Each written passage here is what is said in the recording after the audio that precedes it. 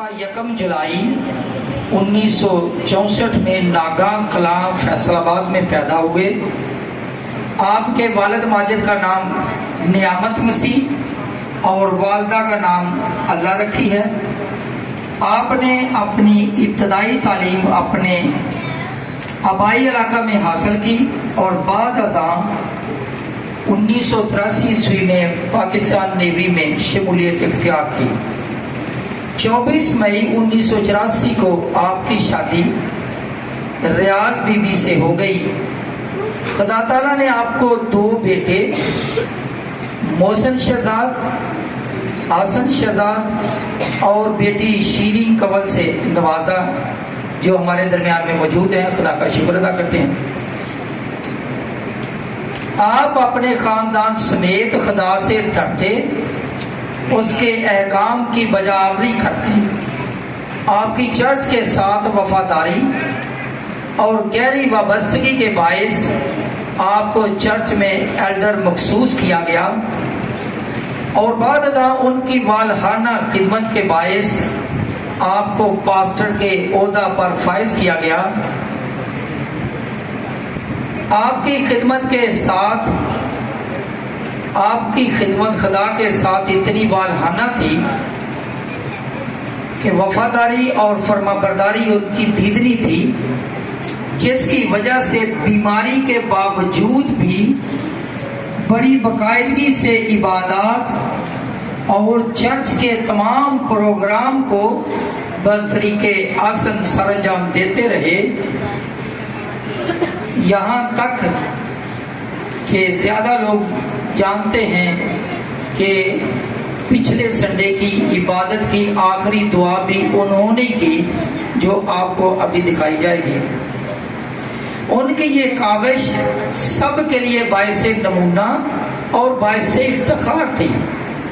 کلیسیا سے دلی محبت کا یہ عالم تھا کہ گرمیوں میں پوری کلیسیا کے لیے ذاتی طور پر ٹھنڈے مشروب کا انتظام کرتے اور گاہے بگاہے کھانے کا بھی اہتمام کرتے۔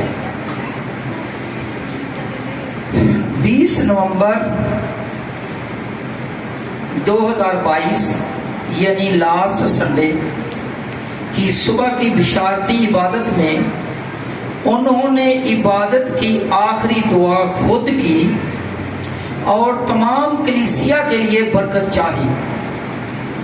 عبادت کے بعد اچانک ان کی طبیعت خراب ہو گئی، جس کے باعث ان کو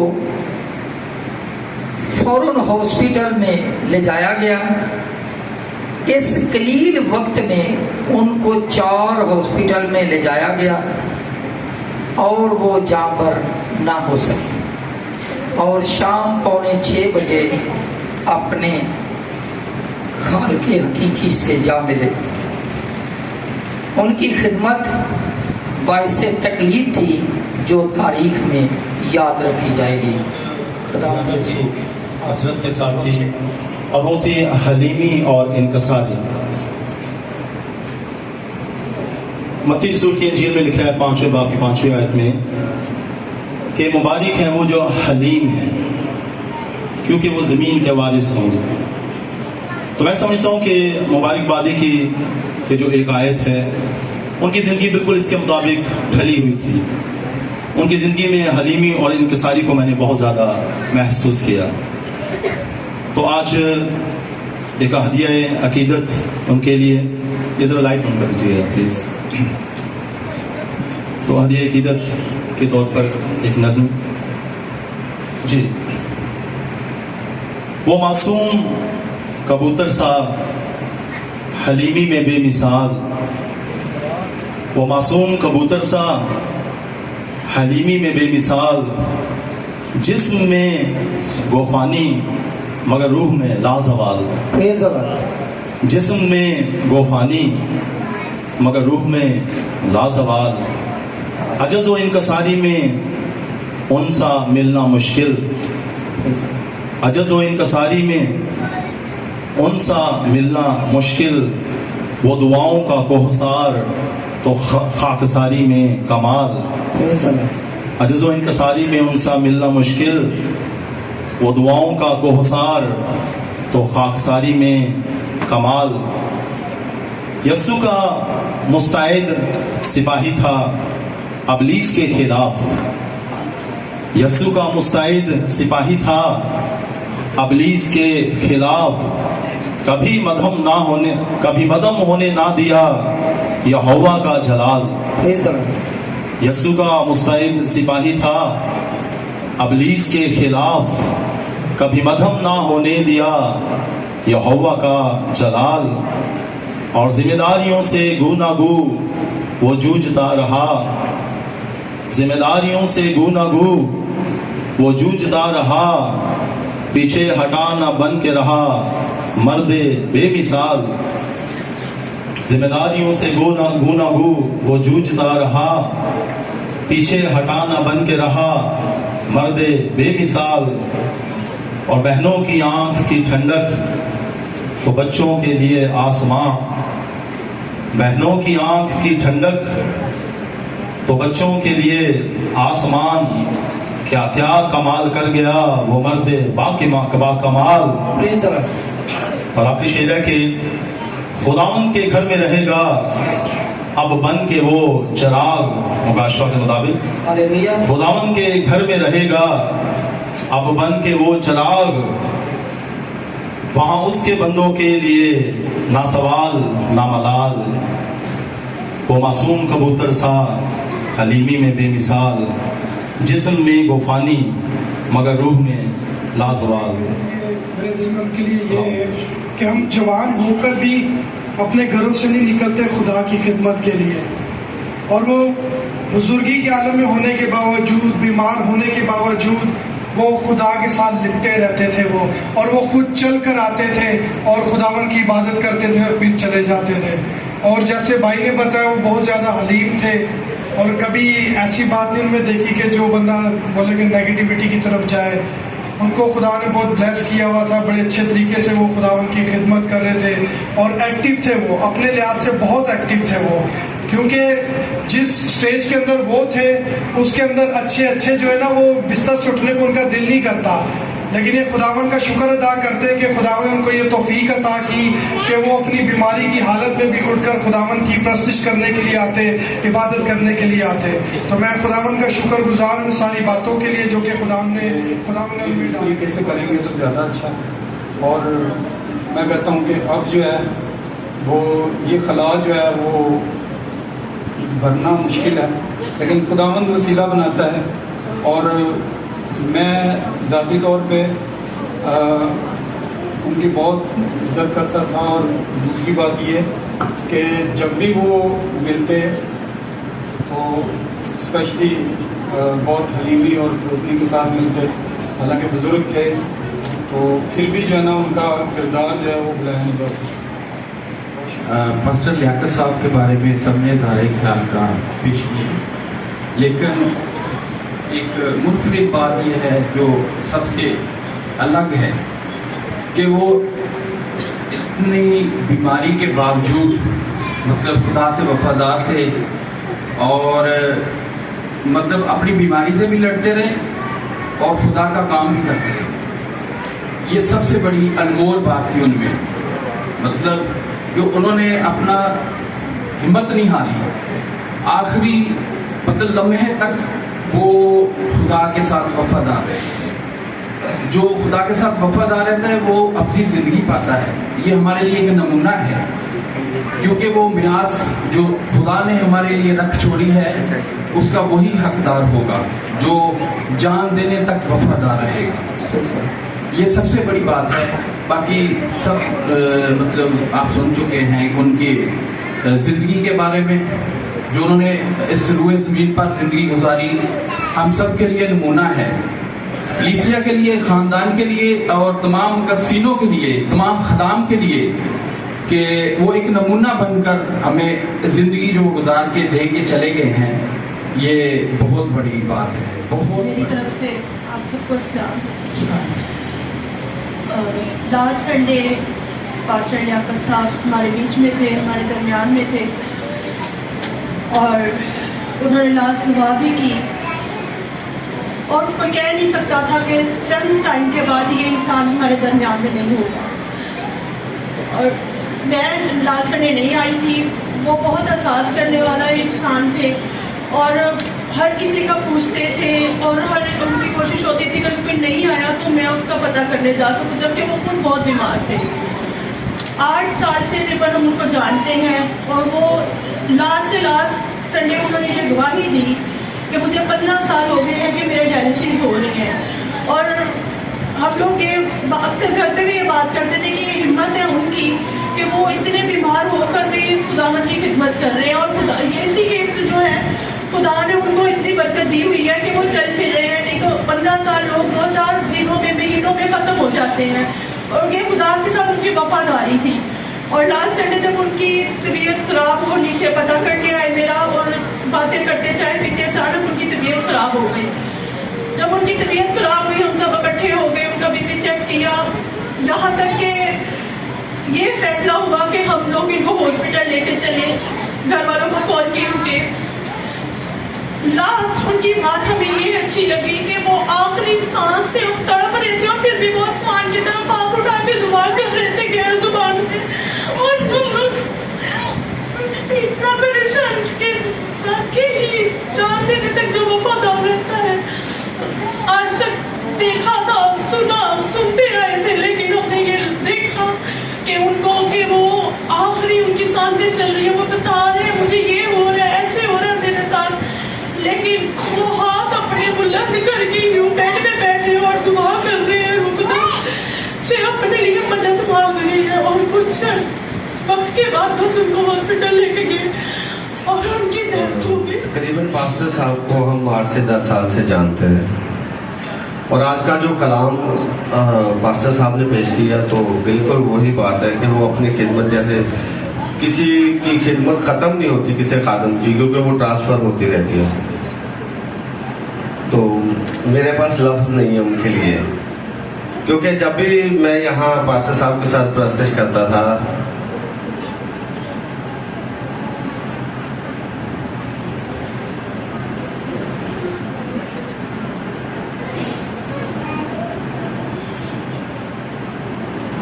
تو میں وہاں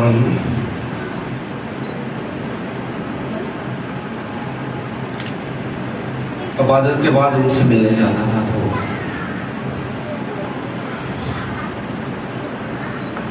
تو جب بھی مجھے ملتے تھے تو میری کمر پہ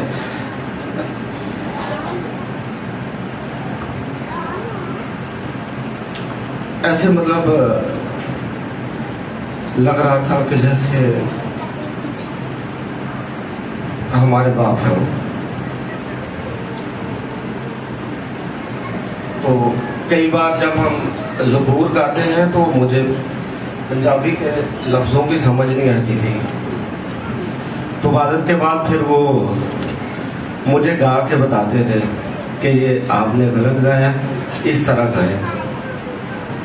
جب بھی ملتے تھے تو میری کمر پہ ایسے ہاتھ مارتے تھے, تو مطلب بہت اچھا لگتا تھا, ایک شفقت کا ہاتھ تھا. تو ابھی آج جو کلام ہوا ہے, پاسٹر صاحب نے کہا کہ خدمت جو ہے کبھی ختم نہیں ہوتی, تو ہم نے ان سے بہت کچھ سیکھا ہے. ہم نے ان سے بہت کچھ سیکھا ہے اور ان کے سکھائے ہوئے کو ہی ہم نے لے کے آگے جانا ہے, کیونکہ جب ہم یہاں سے چلے جائیں گے پھر ہم آگے دوسروں کو سکھائیں گے. تو پچھلے سنڈے میں بھی نہیں تھا, میری ڈیوٹی تھی, تو جب میں آیا ہوں تو داؤد بھائی اور یہ اموس بھائی, جاوید بھائی کھڑے, تو میں نے ان سے پوچھا کیا ہوا, کسی کے ساتھ پھٹا ہوا, آپ لوگ پریشان کھڑے ہو. تو پھر مجھے جب اچانک انہوں نے بتایا کہ مجھے پھر سمجھ ہی نہیں آئی کہ کیا یہ کہ ہمارے درمیان نہیں ہے, لیکن جو انہوں نے ہمیں سمجھایا ہے, جو سکھایا ہے, بڑی سے بڑی بھی بات ہو جاتی تھی پریشانی کی, تو ہم جب ان سے کرتے تھے ایسا ہوتا تھا کہ ان کو پتہ ہی نہیں ہے, مطلب وہ کہتے تھے کہ یہ کوئی بات ہی نہیں ہے, یسوع ایسے حل کر دے گا. میڈیکل کے کچھ لوگ یہاں بیٹھے ہوئے ہیں, جس بندے کے ڈائلسس ہوتے ہیں نا, وہ کئی دنوں تک اپنے پاؤں پہ چل نہیں سکتا ہے. مطلب جو ینگ ہوتا ہے وہ بالکل اس میں جان ختم ہو جاتی ہے. کل ڈائلسس کروا رہے ہیں, آج عبادت میں آ رہے ہیں, چل کے آ رہے ہیں. اور ایک دفعہ ایسا ہوا تھا کہ بارش بہت زیادہ ہو رہی تھی, तो सिर्फ मुनीर भाई की फैमिली थी और हम लोग थे, कोई आया नहीं था। तो इतनी बारिश में भी उन्होंने, मतलब सर्दी थी तो उन्होंने एक रुमाल लपेटा हुआ था, वो बारिश में भी चल के आए थे, गली में बिल्कुल जगह नहीं थी, इतना पानी था। तो एंड तक खुदा के साथ वफादारी में रहे।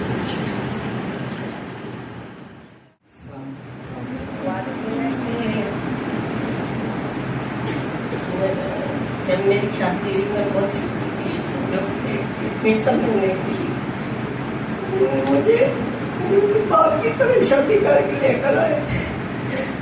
आज उस दिन से लेके आज के दिन तक वही मेरा भाई था, वही बात था।